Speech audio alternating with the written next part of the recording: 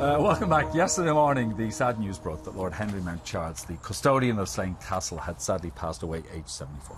Under his watch, Slane Castle hosted rock concerts including the likes of Queen, the Rolling Stones and Harry Styles. Here to talk about Lord Henry Mountcharles, his life and legacy, is broadcaster Dave Fanning alongside music consultant and commentator Dee Reddy. Good morning to you both. Morning. Okay. Lord Henry, Dave, when did you first meet him?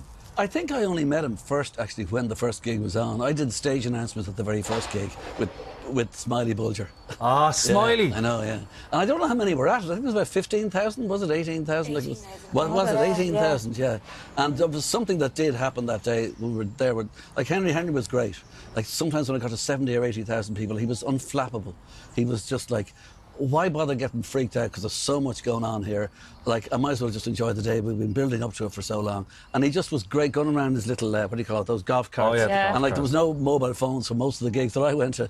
And it was all, like, walkie-talkies, come in, you know, all this kind of stuff. Yeah. And it was great. He was just really... And he'd stop and talk to you. I was like, how does he have time today to stop and talk to me with all of this going on? But the very first one was something that a point was made about Irish rock, was just very briefly, Led Zeppelin 10 years before that had their own plane going around the world. Now in dull Ireland, having your own plane with the 4 symbols of Led Zeppelin on the fuselage was like, wow, rock and roll. We didn't have that. We had a few Daily Mount gigs, we had Lisdoon Varna, but there wasn't really... We had Bob Marley at Daily Mount as well and all that. But this was 1981 and this helicopter arrives in and out steps a rock god, and that was Phil Lynott. And I was like, I think we've arrived. There's something happening here. And it's the start of a new decade. So that's how I always remember it. Yeah. And there's, you know, brilliant. He really was. Like, Henry just wandering around, just having a bit of a laugh and never taking it too seriously that he was freaking out. Because I'd be freaking out if that was happening in my place. Yeah. Not that my place is big enough, but you know what I mean. Oh, absolutely. I aspire to be as cool as the cucumber as that. Yeah. He's described as a very charismatic and enigmatic man, and I think that's maybe how he managed to entice these rock stars to Ireland. They didn't used to do gigs like that. And did he always come across like that? Yeah, I'm going to say he didn't necessarily entice them because, to be honest, like, he was just the front of it all. Like, it was MCD or it was Jim Aiken or Peter Aiken Productions that did it all. And they brought the bands in. They did all that part of thing. But he was the one who pre-ordered it weeks beforehand and spoke about it and you know, did it up. And he loved all the music. And he's got a story about every single thing. His favourite story was the Bruce Springsteen one, because the night before Bruce Springsteen played, he played the full gig inside the castle to about 10 people or something. I don't know, I wasn't there. And he said it was just so energetic and so energising, and he just loved it. He knew the next day would go great, and the next day did go great, even though Springsteen was freaking out. I heard. He'd never played Heard such a big crowd. Yeah, he said that on the horizon, all he could see were people. Yeah, And wasn't he the first scared. not to have any support act as well? Oh, really? Was there no Yeah. support for Bruce? I can't remember that. Yeah, I really? didn't think so. Oh, right. Because there was always 4 or 5 bands, and Henry made sure that an Irish band was always on the bill. Yeah, At least one. Okay. Do you have a Slane memory, Dave, that stands out to you? Actually, one of the first kind of big concerts that I ever went to was Robbie Williams in 1999. Yeah, when the moon came up twice. Yeah, exactly. Yeah, because Robbie dropped his trousers.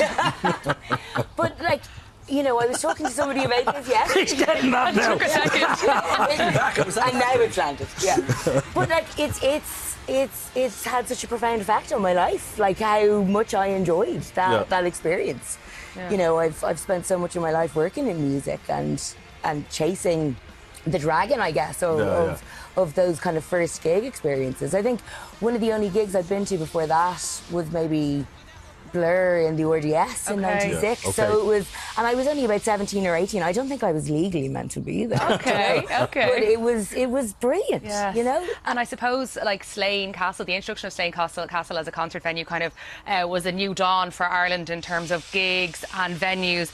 And I suppose sorry, I forgot what I was going to say there. But when did Lord Henry take over the running of Slane Castle? Sorry, that's what I was going to ask. Yeah, so I think he took it over in about 1976, wasn't it? The actual castle itself. Yeah. There'd There'd been a change in the law, I think. So basically there was a wealth tax. Yeah. And his dad had basically said to him, look, you need to take this on and make it a going concern. And hopefully Alex will now do the same thing. Yeah, indeed. Hopefully, yeah. Or we have to sell up. And So was it financial, the reason he started the concerts in the first place? I mean, partly for sure, but I mean, the promoter's also looking for a good venue. Yeah, and he did say, though, that he had always felt, and he's quite right, was quite right in that there was this space in Slane that is a natural amphitheatre and that it lended itself well to that. But I do think it's kind of funny, like, there's a weird sort of relationship that the Anglo-Irish aristocracy had with rock and roll in Ireland, going back to Tara Brown, who was pals with the Beatles and was the person that they wrote A Day in the Life for. And then his nephew, Garrick, set up Cladder Records, you know. So there's been this kind of symbiotic relationship for decades, and then this comes about. Yeah, and he's the first Lord, you know, that I've ever. I don't think I've ever met one since. He's the only Lord I've ever met. He spoke really posh. He was even a Lord. Was he an Earl or something? Oh God, I don't know. I think Lord. I think the press called him a Lord. Oh, really? Yeah. Just an Earl. Like Geldof was always Sir, but not really, that kind of thing. No, but I mean, like he always very posh way of speaking, you know. And he did go to the same school. He didn't talk like Winston Churchill, but he went to the same school as Winston Churchill. But like he was, and like himself and Iona, anytime you met them anywhere, they were so friendly and so nice all the time. And there's so many different stories I can think of. I was thrown out of a listening of a record once with Henry because we were laughing so much. They were trying to take it very seriously. Terence Trent D'Arby had a massive hit with his first album. His second album came out, Now the Fish Not Found. I was just listening party in Dublin, you know, really important. And we were just laughing with it. The kind of, any chance you two could leave. You know, he was just such a... I remember doing a Disney movie and we were in the foyer with our cameras, and when everybody comes out, first person comes out was Van Morrison. Ran a mile when he saw the camera. But like, you know, when the few people, like the influences of their day, I suppose, but like your man comes out and he was brilliant. Henry gave the exact 45 seconds you needed about the movie. You know? He was just always very friendly, unflappable, and a really nice guy. But funny thing is, the Robbie Williams one that you just mentioned there, that he did too. He did The Verve, and then the next year he came back. And honestly, I think the best reaction to anybody at Slane ever was probably Robbie Williams. Really? But he's an incredible performer. Well, he's an old-fashioned entertainer. Totally. Now, it wasn't really my thing, so I was looking at the thing. But I went home in a limousine with Robbie Williams and, what do you call him, Keith from Boyzone, because we were presenting a thing that day. We got home in 25 minutes, and that's what I want to mention, which is getting out of Slane. Oh, my God. It was a nightmare. It didn't matter. I was just... all go home with the performers. No, but I don't know why that happened. I had no idea. Well, because they were straight off the stage and you were in the car with them. Yeah, it was just bizarre. Like, a lot to do with Keith, I think, nothing to do with me. But it was and then really weird back in the hotel, like the biggest gig ever. And there he is, taking his clothes off in the room. His mother's down the corridor, the band's down the bar. And Keith, he's just going, I'm doing Dortmund. And it's like the biggest gig that Ireland has ever seen.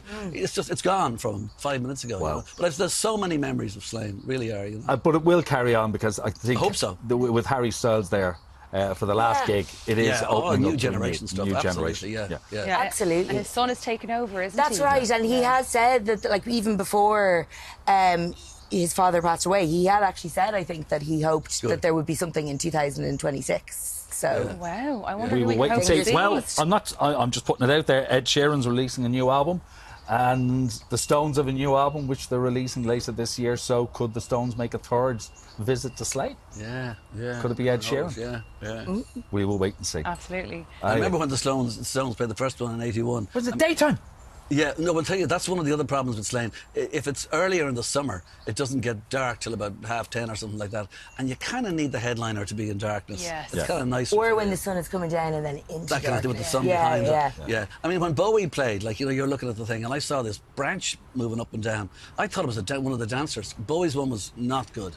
It was just, it didn't work. Yeah. And Dylan was Dylan. I mean, Dylan is God, but he's usually lousy live, and he was lousy. Say it like it is, Dave. That's why we love you. Dave and Dean, thank you so much for joining us today. All right, we're going to take a quick break, but still to come this morning, we're catching up with TV super couple Gabby and Kenny Logan. We're also checking in with the iconic Reverend Richard Coles, and we've got some brownies baking away in the kitchen. R&AM will be right back after this.